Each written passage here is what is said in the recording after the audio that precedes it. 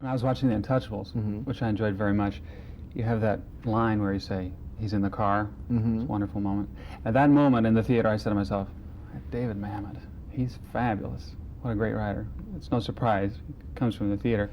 You also have that other moment earlier in the film when you lean over to kiss your daughter, and you go through that succession of kisses, the butterfly and the escort and whatnot. Right. And I said, that David Mamet, he's brilliant. And of course, I read later that you came up with both of those.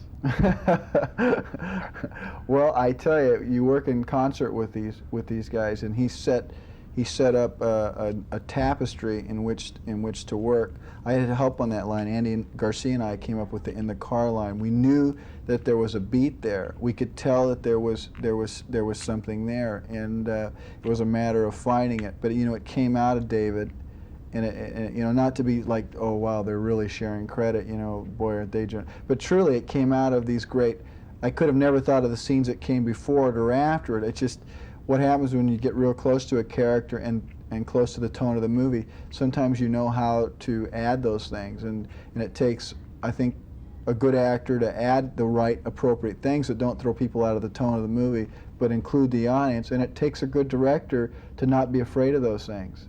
You come up with this idea. How do you mentioned that De Palma was open to these ideas. Well, what do you do if a director is resistant to something you think is a good idea? Well, most of the time you lose if he's resistant, and I've had that happen, and I think a film suffered because of it, and they're not, it's in my opinion that they have to make the final decisions, and they can't use all of your ideas.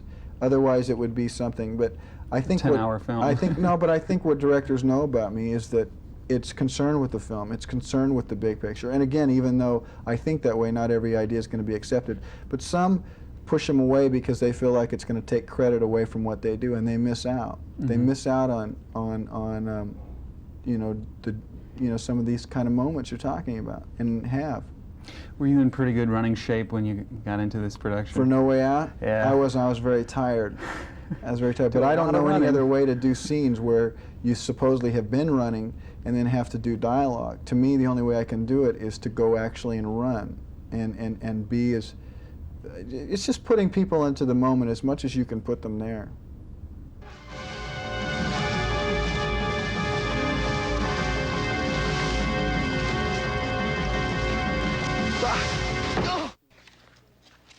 Well, if we go looking for a Russian spy without the FBI or the CIA in on it, it's going to raise hell. That's my problem.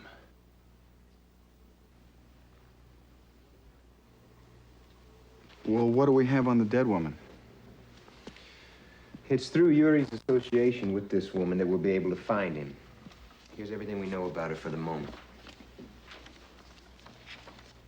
It looks like he spent the weekend with her somewhere. And he brought her home and killed her sometime around midnight. I'm counting on it not being too hard to find out where they'd been.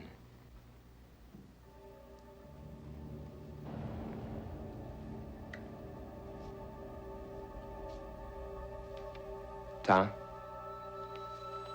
Yeah, yes. I'm certain the investigation will develop more material quickly. Will you excuse me? Commander Fowler, are we boring you? No, sir. Good night.